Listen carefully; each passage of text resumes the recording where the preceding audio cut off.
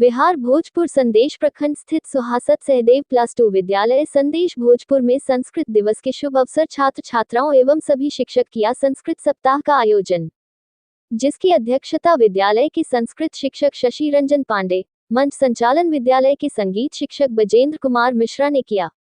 मुख्य अतिथि के रूप में हाई स्कूल अभयपुरा के संस्कृत शिक्षिका ममता कुमारी एवं विशिष्ट +2 विद्यालय चिल्हर के प्रभारी प्रधानाध्यापक अशोक कुमार पांडेय को अंग वस्त्र से सम्मानित किया गया।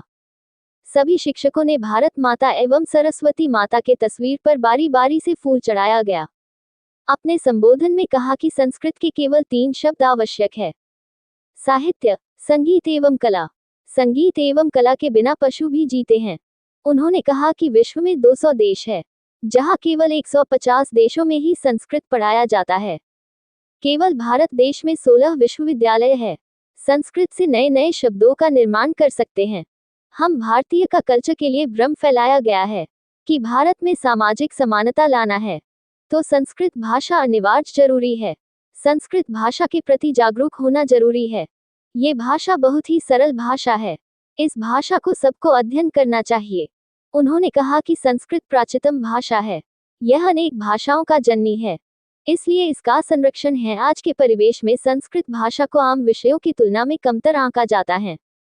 संस्कृत को प्राचीन ग्रंथ, रामायण, महाभारत एवं वेद, पुराण के सभी ग्रंथों में संस्कृत भाषा में रचना किया गया है, जो बिल्कुल वैज्ञानिकता से भरपूर है। बिहार के नालंदा विश्वविद्यालय में संस्कृत भाषा में भी अध्ययन अध्यापन का कार्य किया जाता है। मंच संचालन संगीत शिक्षक बजेंद्र कुमार मिश्रा ने सरस्वती वंदना सहित कई गीतों का मधुर प्रदर्शन छात्रों के साथ किया गया। उन्होंने कहा कि वर्तमान समय में संस्कृत विद्यालयों की दशा देखकर ऐसा प्रतीत हो रहा है कि सरकार भी संस्कृत विद्यालयों पर ध्यान नहीं दे रही है, जो काफी दुख का विषय है। यदि ऐसा रहा तो सभ्यता और संस्कृति को आगे नहीं बचाया जा सकता है। छात्रों ने स्वागत गान करके अतिथियों को स्वागत किया गया। इस संस्कृत दिवस के शुभ अवसर पर सभी शिक्षकगण, सैकड़ों छात्र छात्राओं एवं गणमान्य नागरिक उपस्थित थे।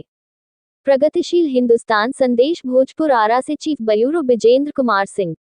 तो देखने वाली कोई बात नहीं है, तो सभी भाषाओं की जननी है, सबको पता है। जन्म से लेकर मरण तक अगर देखा जाए तो पैदा हो 16 संस्कार होते हैं जो, तो जन्म से ही श्लोक बोलना शुरू हो जाता है कि हाँ बच्चा पैदा हुआ है, मुंडन संस्कार है।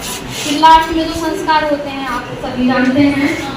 तो इसलिए संस्कृत कोई किसी भाषाओं की वो मोहताज नहीं है कि इसको बताना पड़े ये संस्कृत है। आज के समय में तो मोहताज है मैडम, इसलिए कि संस्कृत का प्रचार प्रसार बहुत कम हो गया है। सरकार को भी ध्यान नहीं है इस पर। और संस्कृत शिक्षा बोर्ड होते हुए स्कूलों में भी पढ़ाई होती है, कई संस्कृत विद्यालय खुले हुए हैं, वहाँ भी पढ़ाई होती है, फिर भी संस्कृत का विकास नहीं हो रहा है। नहीं, हम लोग जागरूक नहीं, ठीक है। बच्चों को जैसे पढ़ाते हैं तो बच्चों के अनुकूल होकर पढ़ाना पड़ेगा। बच्चे अभी इतना उनके आगे हम लोग वाचन करेंगे वो समझ नहीं पाएंगे। उनको अगर एक शब्द बोल रहे हैं बाला, बाला से क्या होता है? छात्रा, उनको बताना पड़ेगा कि स्त्रीलिंग, पुल्लिंग, नपुंसकलिंग क्या होता है।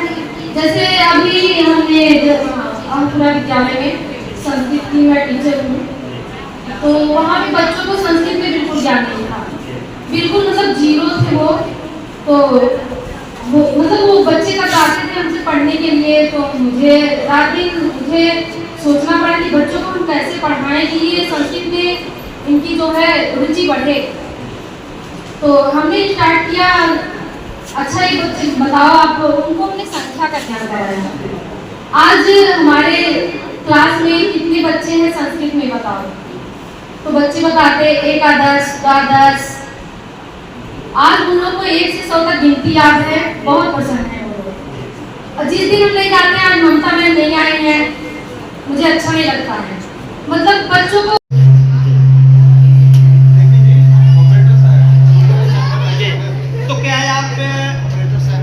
ये संस्कृत से संस्कार भी बनता है, बिगड़ता है। तो क्या कहेंगे, ये संस्कृत को समृद्ध बनाने के लिए हमें और क्या प्रयास करना चाहिए? संस्कृत को समृद्ध बनाने के लिए संस्कृत को अपने लोक भाषा के रूप में इसको प्रसारित करना होगा, स्थापित करना होगा। लोक भाषा का मतलब लोगों की बोल जाती भाषा में शामिल है जी। और बिहार सरकार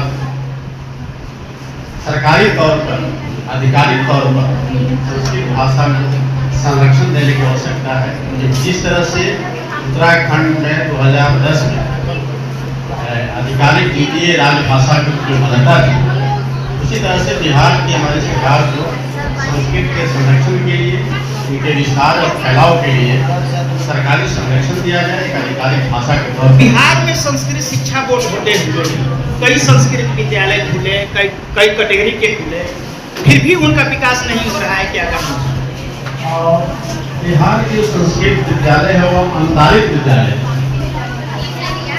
अनुदानित विद्यालय है जो नियमित रूप से इनका संचालन नहीं हो पा रहा है।